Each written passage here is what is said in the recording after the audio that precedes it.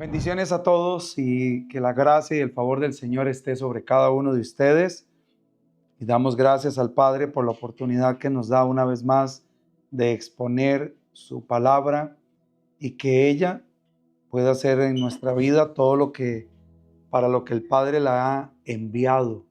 Hoy quiero compartir con ustedes una meditación de las Escrituras basado en Hebreos capítulo 4 verso 12. Hebreos 4, 12. Y he puesto por título a esta enseñanza viva y dinámica, hablando del poder de la palabra de Dios en la vida del ser humano. Pero antes de leer Hebreos capítulo 4 verso 12, debemos de entender que cuando hablamos de la palabra de Dios, estamos hablando no solamente de lo que vemos escrito en las Escrituras, como lo que nosotros conocemos Antiguo y Nuevo Testamento, sino que estamos hablando de la palabra eterna que ha salido de la boca de Dios y que está registrada en los escritos que usted y yo tenemos a mano. No podemos olvidar que fue por la palabra de Dios que todo fue creado. Fue por la palabra de Dios que todo fue ordenado.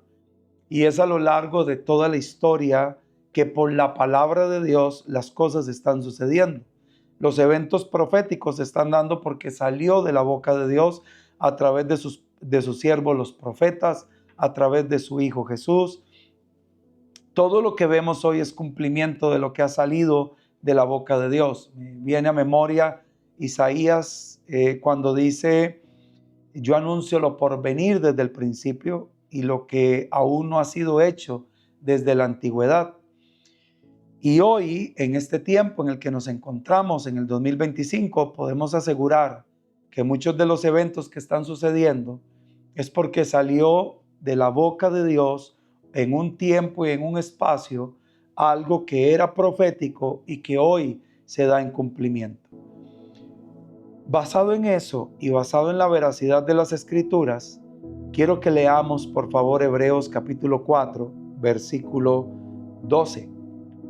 Dice así en esta versión: porque la palabra de Dios es viva y eficaz y más penetrante que toda espada de dos filos, y que penetra hasta dividir el alma del espíritu, las coyunturas y los tuétanos, discierne los pensamientos y las intenciones del corazón. Verso 13. Y no hay cosa creada que no sea manifiesta en su presencia. Antes todas las cosas están desnudas y abiertas a los ojos de aquel a quien tenemos que dar cuenta. Si tomamos esta expresión de que la palabra es más penetrante que toda espada de dos filos, tendríamos que irnos una vez más al libro de Génesis, al principio de todas las cosas, y quiero que me acompañe ahí, a Génesis capítulo 3,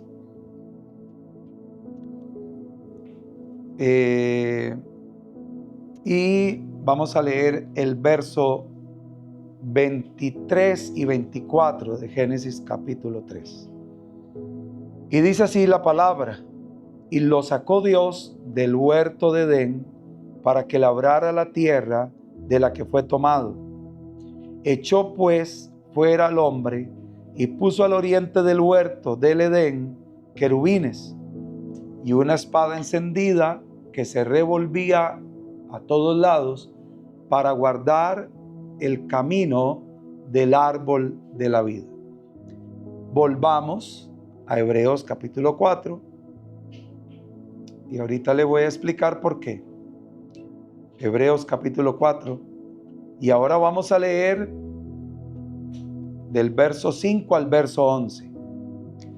Dice así: y otra vez aquí, no entrarán en mi reposo.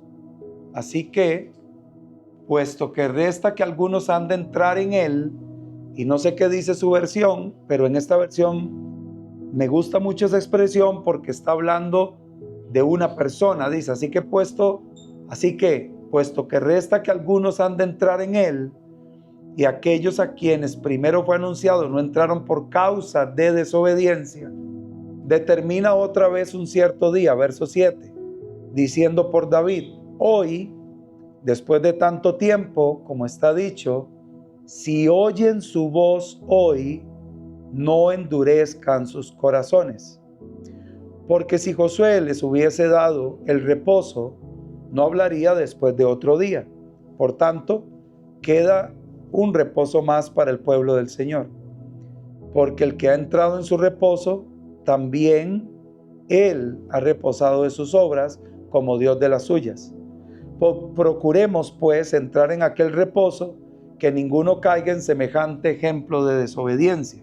Y después viene el verso que todos conocemos, o que la mayoría de los hijos de Dios nos hemos memorizado por repetición en las iglesias, y es que la palabra de Dios es viva y eficaz y más cortante que toda espada de doble filo. En este verso 12, lo que primero que revela la palabra misma es que ella es dinámica, es viva. No son letras sobre un papel. Hablaba con un amigo y le decía que todos nosotros deberíamos de dedicarnos a comprobar que el libro que tenemos en la mano y que le llamamos Biblia, o le llamamos un libro sagrado, deberíamos de dedicarnos a comprobar que definitivamente este libro contiene la dinámica de Dios, y que el Dios que se habla en este libro es completamente veraz. Entiéndase con esto que no es que estoy poniendo en tela de duda la veracidad de las Escrituras, ni la autenticidad del Dios de las Escrituras. Lo que estoy diciendo es que el ser humano tiene que salirse del modelo de escuchar y nada más aprobar una información, sino que deberíamos de comprobar que la información que tenemos de las Escrituras tiene poder, porque la Biblia dice que el Evangelio es el poder de Dios. Ahora, ¿cómo comprobamos que es el poder de Dios? No estoy hablando de que tiene que suceder un milagro sobrenatural para usted comprobar el poder de Dios. Usted y yo debemos de comprender que la palabra es un cerco de protección en medio del pueblo de Dios. Y voy a darle un ejemplo. Si la palabra de Dios dice,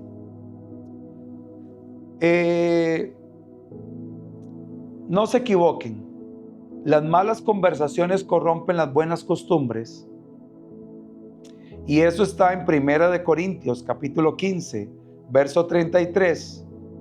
Lo podemos encontrar también en los Salmos, y quiero que vaya conmigo a Salmo 1, a Salmo capítulo 1. Y el Salmo capítulo 1 dice lo siguiente. Salmo 1, verso 1. Dice: dichoso el hombre que no anduvo en consejo de malos, ni estuvo en camino de pecadores, ni en silla de burladores se ha sentado. Antes, en la ley de Dios está su delicia, y en su ley medita de día y de noche. Entonces, permítame mostrarle en estos dos versos el proceso de una mala conversación.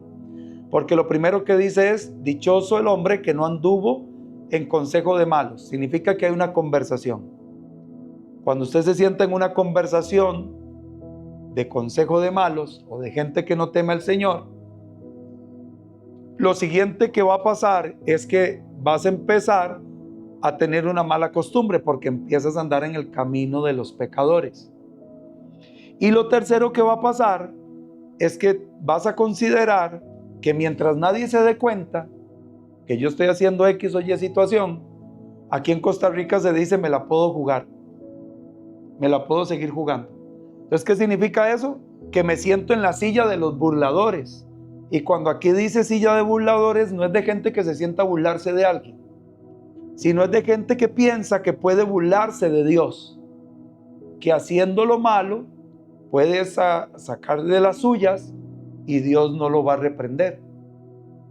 Pero viene en el verso 2 el antídoto para no sentarse o no andar en el consejo de los malos. Dice, antes de andar en el consejo de los malos, para entrar en el camino de los pecadores y sentir que puede burlarse de Dios, usted debería dedicarse a meditar en la ley de Dios como su delicia de día y de noche. Y vea la contraparte, qué interesante. Voy a leer los otros dos versos el otro verso del Salmo 1, el verso 3. Si tú haces lo que dice en el verso 2, voy a hacer un paréntesis aquí rápidamente. Para meditar en la ley de Dios, tiene que ser la ley de Dios tu delicia. La ley de Dios no puede ser algo impuesto en usted. No puede ser impuesto ni por manipulación en cuanto a hay ciertos beneficios si tú guardas la ley de Dios, ni puede ser impuesto por temor. Es que si usted no guarda la ley de Dios le va a pasar esto y esto y esto. No. El secreto está en que la ley de Dios sea tu delicia. Si hablamos de delicia, estamos hablando de cosas que a ti te generan cierto grado de satisfacción y placer, que a pesar de que haya un sacrificio y un dolor, usted disfruta hacerlo. Voy a poner ejemplo, el deporte, el ejercicio. ¿A quién de nosotros no siente el peso de un ejercicio? Termina el ejercicio, los músculos terminan adoloridos, uno se siente súper agotado, cansado. Al día siguiente los músculos duelen más, pero dentro de usted hay una satisfacción. ¿Y qué va a hacer al día siguiente? Va a volver a ir al gimnasio. ¿Por qué va a volver a ir? Porque encontró en eso delicia. Y la delicia se basa en lo que usted busca como propósito. Y el propósito es tener una buena condición física, una buena apariencia física y una buena salud interna. Entonces, cuando usted se da cuenta, hace ejercicios y de la mano, de manera consciente o inconsciente, empieza a cuidarse con lo que come. Y después empieza a cuidarse de cuánto duerme. Y empieza a cuidarse de un montón de cosas que va desencadenando beneficios, pero cada beneficio tiene sacrificio, que genera dolor en el momento, pero que da una satisfacción a corto, mediano y largo plazo. La palabra de Dios es lo mismo. Dios no quiere bajo ninguna circunstancia que nosotros vayamos a la palabra por miedo, porque la Escritura misma dice que el que aún continúa en el miedo es que no ha sido perfeccionado en el amor de Dios. Entonces podemos ver la palabra como un cerco de protección o podemos ver la palabra como un mazo de un juez que nos va a condenar. La perspectiva la vas a ver depende de cómo veas a Dios, porque si ves a Dios como un padre, te vas a dar cuenta que como padre en muchas ocasiones te va a tener que corregir, pero no te va a condenar, te va a restaurar, te va a corregir para que seas un hijo de honra y no de vergüenza. Entonces, note lo que dice el verso 3. Si tú te deleitas en mi ley, meditando en ella de día y de noche, que aquí viene otro pequeño paréntesis, meditar no es leer una gran cantidad de versos. Puede ser que yo lea un solo verso y pase meditando en él todo el día. Mira qué quiere decir la palabra con respecto a esté contento con lo que tienes. Y yo todo el día empiezo a meditar, contentamiento. ¿Qué quiere decir contentamiento? Contentamiento quiere decir que yo tengo lo que Dios sabe que yo necesito. Entonces no debería de amargarse mi corazón ni mi alma porque aquel tiene lo que yo no tengo, porque lo que yo tengo es lo que Dios sabe que yo necesito. Y empiezo a ejercitarme en eso y cuando me doy cuenta el consumismo, ni la avaricia, ni la codicia tienen un efecto en mi vida. Y vuelvo a la misma cadena de beneficios. Entonces ya aprendo a estar contento con esto. Y esto desarrolla en mí otro principio, la paciencia, el saber esperar en el momento de Dios para obtener aquello que yo anhelo. Pero también la paciencia me lleva a el sacrificio de alabanza. Bueno, si quiero obtener X cosa, tengo que sacrificar X otra, pero yo le doy gracias a Dios porque esto me está dando carácter para ser un buen administrador de los bienes que tengo. Sí, me estoy dando a entender de toda la cadena de beneficios. Entonces, note lo que dice. Si usted medita en la palabra de día y de noche, serás como un árbol plantado junto a corrientes de aguas, que da su fruto en su tiempo, y su hoja no cae, y todo lo que hace prosperará. Todos hemos pasado por la época de invierno y verano, ¿verdad? Todos. ¿Ha ido a la montaña en verano?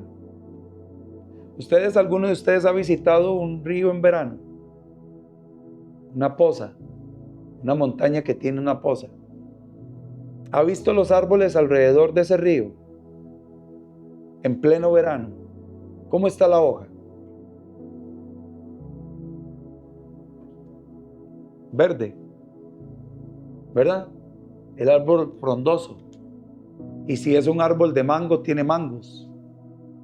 Y hay épocas, sí, hay épocas de siembra y de cosecha, pero ese árbol siempre va a dar el fruto a su tiempo.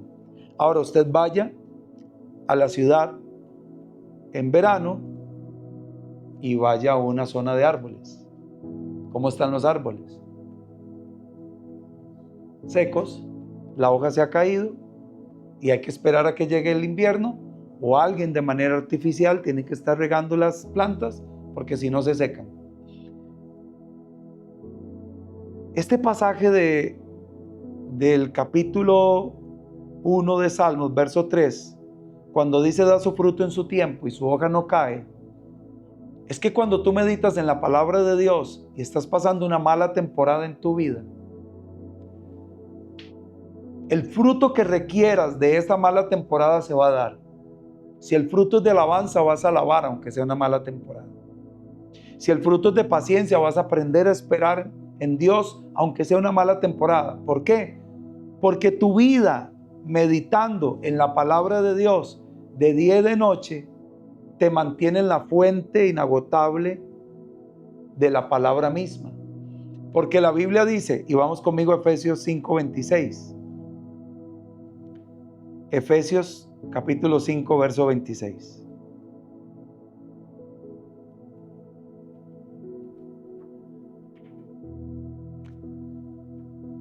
Sé que los pasajes hablan acerca del matrimonio, pero este pasaje habla específicamente de la palabra.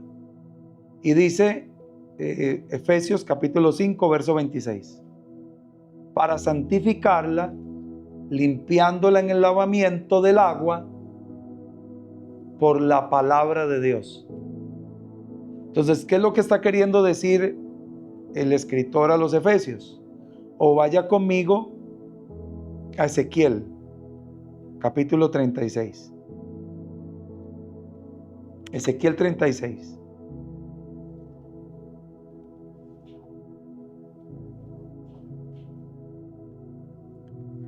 Ezequiel, capítulo 36. Verso 25.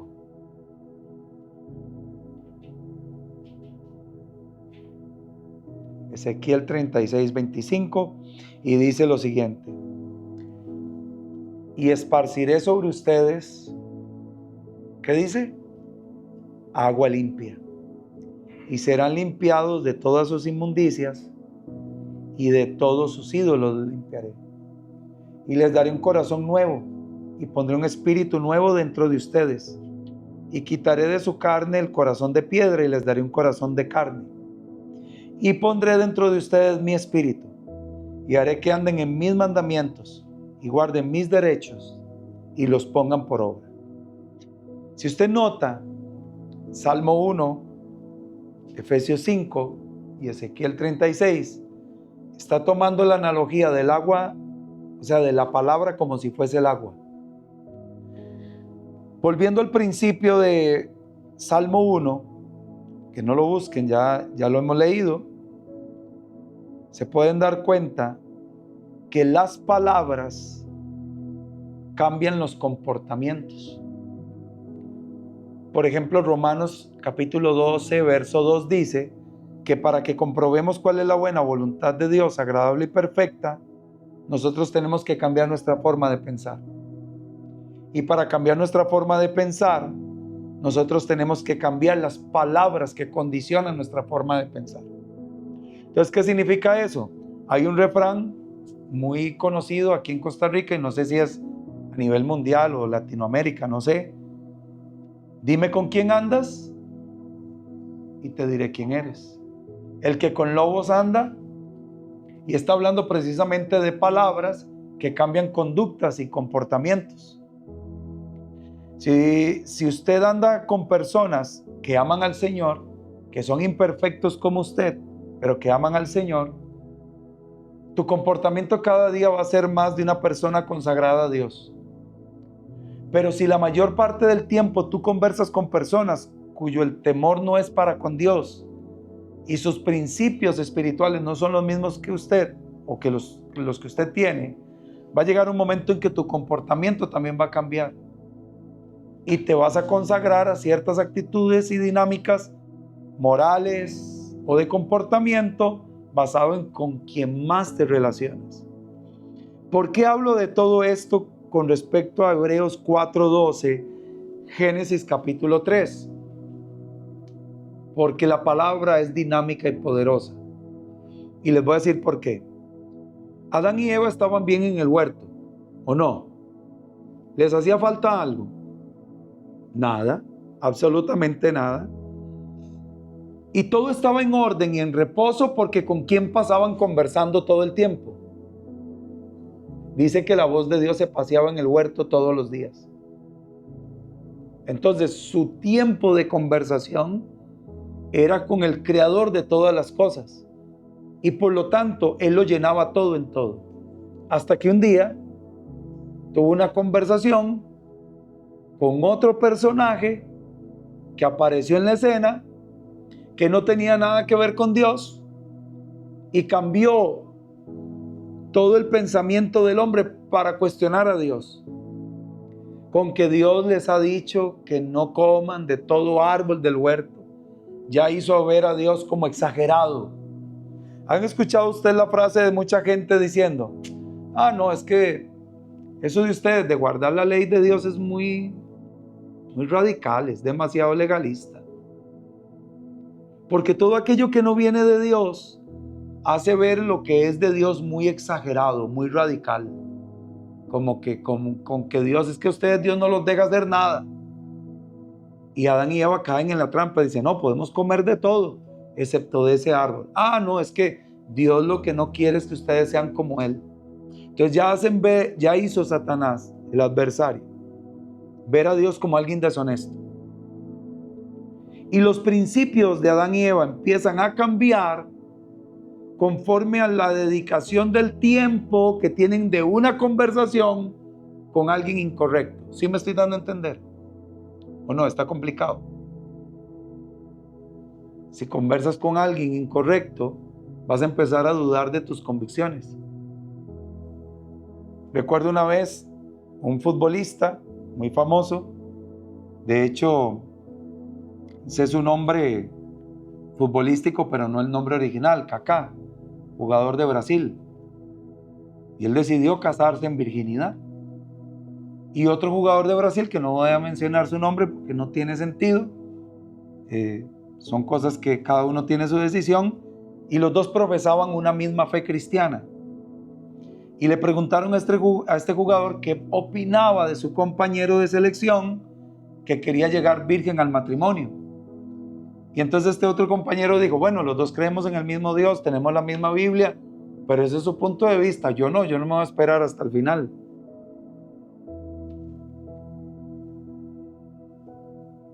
¿Con quién se rodeaba uno? ¿Con quién se rodeaba el otro? ¿Qué era lo que quería uno? ¿Qué era lo que quería el otro? Los valores y los principios se empiezan a quebrar cuando usted tiene conversaciones, o cuando dedicas tus conversaciones más tiempo a X o Y persona. Ahora, voy a decirles esto. Tú vas a decidir con quién conversas siempre y cuando tengas un propósito ambiguo. Pero si tienes un propósito muy claro, tú sabes con quién debes conversar. Por ejemplo, en el fútbol hay jugadores, por ejemplo, yo en el equipo que dirijo, hay un jugador específicamente, Emilio, es súper disciplinado en cuanto a su ejercicio, en cuanto a lo que come. No sé si llegará a primera división o nunca llegará a primera división, no lo sé. Lo único que sé es que está tan enfocado en cómo quiere estar físicamente y atléticamente para lo que ejerce, que es su deporte, que él tiene su rutina de ejercicios. Conversando con él unos días que tuve que hacerle un entrenamiento personalizado porque venía saliendo de una lesión, me di cuenta que tenía que viajar al lugar del entrenamiento. Yo pensaba que él vivía en la zona donde yo lo estaba entrenando, pero no, tenía que viajar en carro 10 o 12 kilómetros en carro para llegar al lugar del entrenamiento. Y me contaba, yo me levanto a las 4 de la mañana, empiezo a hacer ejercicios en mi casa, después me hago un cafecito, un par de huevos y me vengo para acá, profe, para entrenar con usted. Cuando tú tienes un propósito claro en tu vida, tú decides y escoges con quién conversas. Y cuando alguien viene y conversa contigo y no tiene esa persona el mismo propósito, son amistades de corto plazo. Porque tus verdaderos amigos permanecen al lado cuando tienes un propósito claro. Voy a ser claro con esto. Adán y Eva no tenían un propósito claro en el huerto. Porque si hubiesen tenido un propósito claro, que era cuidar la presencia de Dios, no hubiesen prestado tanta atención a su adversario. Pero prestaron atención. Fueron expulsados del huerto. ¿Y qué era ser expulsados del huerto? Perder la presencia de Dios. ¿Qué es perder la presencia de Dios? Perder su reposo. Por eso Hebreos capítulo 4, todo el mundo se sabe, porque la palabra de Dios es viva y eficaz y más cortante que toda espada de dos filos, pero no leen lo que está antes, y lo que está antes está hablando de entrar en el reposo de Dios. Y hace una advertencia y dice, no vaya a ser que por causa de la desobediencia te quedes fuera del reposo. Y está haciendo una alusión específicamente a lo que sucedió en el huerto de Edén, que por entrar en la desobediencia, Adán y Eva fueron echados del huerto y quedaron fuera del reposo. Y por lo tanto tienen que esperar el otro reposo. ¿Cuál es? La redención del pueblo de Dios. Cuando el Mesías regrese y se lleve a todo su pueblo y entremos en su reposo, en el reino milenial y por ende después en el reino eterno del Padre. ¿Pero por qué perdieron el reposo? Por las malas conversaciones. ¿A qué voy con esto? Ahora sí, vuelvo a Hebreos capítulo 4, verso 12. Que toda palabra tiene poder, pero la palabra de Dios es viva y eficaz. Y dice que es una espada de doble filo. ¿Qué significa esto? Que penetra hasta partir o dividir el alma del espíritu. Ahora entiéndame esta parte. Alma son emociones, espíritu es voluntad. Usted puede tener conversaciones con mucha gente, pero si la palabra de Dios habita en usted, usted va a poder discernir entre lo que suena interesante y lo que es correcto, entre lo que puede ser correcto y es íntegro. Y usted va a poder discernir entre dividir lo que te despierta una emoción y lo que de verdad tienes que hacer. Voy a ponerle un ejemplo. Vuelvo al ejercicio. Una persona está enfocada, quiere hacer ejercicio, se está cuidando, se sacrifica. Tiene un buen amigo y el amigo le dice, yo quiero ir con usted al gimnasio. Y él le dice, uy, vamos, claro, genial, para no hacer ejercicio solo. El amigo no viene con el mismo enfoque, con la misma dedicación, con el mismo propósito. Entonces cabe la posibilidad que ese amigo en el camino va a fluctuar. ¿Qué significa eso? Que uno de los dos se va a levantar a las 5 de la mañana e ir a hacer ejercicio, pero ese día se escucha llovizna afuera. El que tiene propósito se va a poner una jacket, un gorro, y le pone a su amigo, brother, ya estoy listo. Y el amigo le dice, voy a usar el término juveniles, man, va a salir así. Está lloviznando, está frío afuera, yo acabo de abrir la ventana. No, hombre, man, yo no creo que salga. Man, salgamos más tarde. O salgamos mañana. Potencialmente, ¿qué va a pasar? Que no vas a ir. Porque tu amigo puede en tu alma decir, no es mi amigo. Sí, salgamos más tarde. Y más tarde, man, es que me quedé dormido. No, yo también me quedé dormido.